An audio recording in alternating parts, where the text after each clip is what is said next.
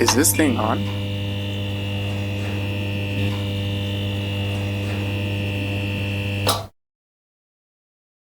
Hello, everyone. My name is Lewis Harris. Thank you for joining me and my guest today at Record in Progress, where we talk about just social issues. But the Record in Progress podcast was started because I was surprised at the results of the 2024 election. And the feeling that I had was that I didn't do enough to affect the election in the way I wanted to see it go. And so I created this podcast really to share diverse perspectives, stories, and narratives so that we can create some mutual understanding and hopefully create a pathway towards a more unified and better society for all of us. So I'm joined by a friend in the community, somebody who I look up to as a mentor, who has, if you're a police officer in basically Washington State, you probably know his name because he's either helped to change the way we do things or he's pushed back on the way things have been done. And so I'd like to go ahead and have you introduce yourself. Thank you, Lewis, and for creating this podcast. I think it's important people hear perspectives from people that you interview. My name is Juan. I'm the president of UNIDOS, an organization that started back in 1991, and I've been the president ever since. So I guess you could call me a dictator, but that's all right. We have dictators all around the world. So. It seems to be like a rising trend, but Exactly. depending on the perspective. But yeah, excellent. So, Juan, the next question is, how do you identify? And I ask that not from a prescriptive point of view of like necessarily what your pronouns are, even though that's how you identify, please do. But I just want the audience to know who you are. So, how do you identify, Juan? Well, I identify myself as an activist. And that's why I started UNIDOS back in 1991. And so the focus of UNIDOS is police accountability. I work a lot with the Washington Coalition for Police Accountability and trying to pass legislation to hold police accountable for their actions. The area that I work on is the area of white supremacy, which fortunately we have that element in law enforcement and very difficult to remove, of course, but nonetheless it's there. And of course, we know that's how it started from the get with the safe patrols. So things have changed some, of course, in those days, but not enough has changed, to be honest with you. And so, but those are the areas that I focus on the most. Excellent. Fine. And for the record, what state and city do you live I in? live in Linwood, Washington, and I've been here 35 years, I think. Excellent, excellent. And you already touched on what you do as an activist and as the leader of UNIDOS. The next question is what is a credential that you use most often to sell yourself on a job application? Even though I know you're probably not doing that these days, but No, I don't work anymore. I've been retired for 13 years now, something like that. So, but well, being bilingual, I think is a very important asset for anybody. And when I started my job with the city, that helped me because I used to visit a lot of people's homes to energy audits for the energy conservation program. So when I ran into Latinos that didn't speak the language well, I could talk to them. So it's excellent. again, I'm a hard worker, and I try always to impress people with that idea because we want people at work that are not going to come to work late and go home early. That's right. Say that. It's a good point. All right, Juan. So let's get into the meat of the question. So the first one is, how did you vote in the 2024 presidential election? Well, I voted Democrat. This day and age, the other side is just too outrageous and promotes extremism and violence, and we can't have that. So the Democrats are not that much different, to be honest with you, but at least not as bad as the other side. I mean, a lot of countries have 3, 4, 5, 8 parties, but we only have 2. So we have to make the choice between those 2. Yeah, and you sound a little discouraged when you say you voted Democrat. Can you unpack that a little? Well, the idea, as you well know, 45% of the Latino voters went with Trump this year. and 10% more Black men went with Trump. Now, I feel that the Democratic Party basically abandoned the working class. And when you abandon the working class, well, eventually the working class is going to abandon you. And I think that's what happened this time around. People did not want more of the last 4 years, high inflation, and the wars we're in.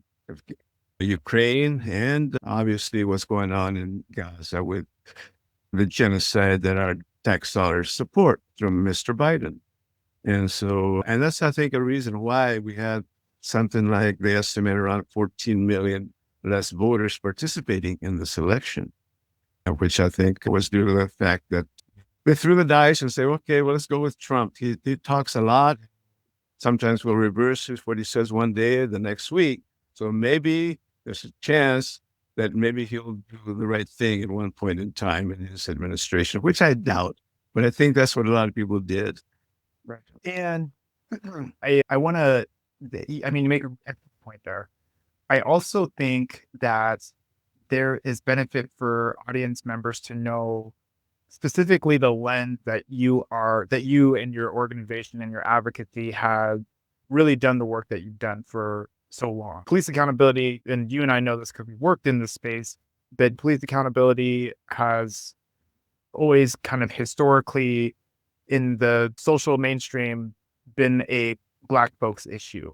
But what people don't realize, or what people don't get much credence to, is that it also has affected Latino community, and particularly people who are immigrants or who fit that bill. And so I'm curious about that because not much people hear about that perspective, and it's important. Well, one of the things that why we don't hear as much from the Latino community, because a lot of those people that have been killed or brutally have been undocumented people, and they don't want to raise attention to their status. So they don't complain as much as Black America does. But I mean, if you look at police, an average of 1,100 people die in the hands of police over the last 6 years. And out of those 1,100, 25% are Black Americans, when they only make up 12% of the population. But the other thing that I started back in 1991, trying to work with Chief Fitzsimons, because police were profiling Mexicans. Mhm. Oh, that guy looks like he's a Mexican and undocumented, probably. So let's stop him. They stopped him. The guy didn't have documents, or maybe not even a driver's license. So they called ICE. ICE would come and they'd take him away. And eventually we got an ordinance passed in the city of Seattle by Councilmember Nick Licata back in 2003 that prohibited collaboration between ICE and police. Only an exception would be if they knew who the guy was, he was a criminal, and in that case, nobody minds that there's collaboration between law enforcement and ICE. If they know it's a known criminal that they're out there, that they stopped. Sure. And I'm curious, we're going to get to the next question, which is, what are three feelings you have about the results of the 2024 presidential election? Well, first of all, like I said earlier, the Democrats abandoned the working class, which and people didn't want any more the last 4 years, high inflation and the wars that we are in. And I think that Kamala Harris to focus more on the economy, but she focused too much on identity politics. Well, what you said about Trump throughout the campaign, I mean, we already knew all that stuff pretty much. So I think that immigration, of course, was what I think helped Trump win the election as well, because even since his first administration, we had the Muslim ban and all that stuff that was going on. And so anti-immigrant attitude, and a lot of the people in this country have that attitude. What they don't understand is that Mexicans were here before the Europeans came to this country and pillaged and committed genocide of Native Americans, indigenous people, and enslaved the Blacks to make this country grow and become industrialized. So if you really want to talk about deportations and criminal elements, well, we could go back in history and start to say, hey, all these Europeans are saltwater wetbacks. They came here and raped and pillaged, and now they're helping Mr. Netanyahu do the same in Gaza. So it's a violent country, not only the most violent country, and not only externally with war, but internally as well. And that's at the hands of police. I'm really glad you said that. The United States of America is one of the most violent countries in the world. And I don't think many people really think of us that. We think of the United States that way. But that's a objective reality. So I'm really glad you said that. We've been in war probably 90% of our existence, something like 229 years out of 247 years of existence. Right. So we're a war machine. But yet, surprisingly, even though we're the most sophisticated militarily and most powerful army in the world, we lost the last three wars. We lost in Vietnam, we lost in Iraq, and we lost in Afghanistan. And I think that pretty soon they will pull the plug on Zelensky in Ukraine. But I don't know about Gaza, though. That'll be something that I think that was another thing that Kamala failed to do. She kept on supporting Netanyahu, and they were going to continue to send weapons. Now, Netanyahu being a white supremacist like our president, it more than likely will continue unless there's enough pressure in this country to make him stop. By the United Nations, 124 countries all voted to stop the war in Gaza, and the only one that voted against it was the United States.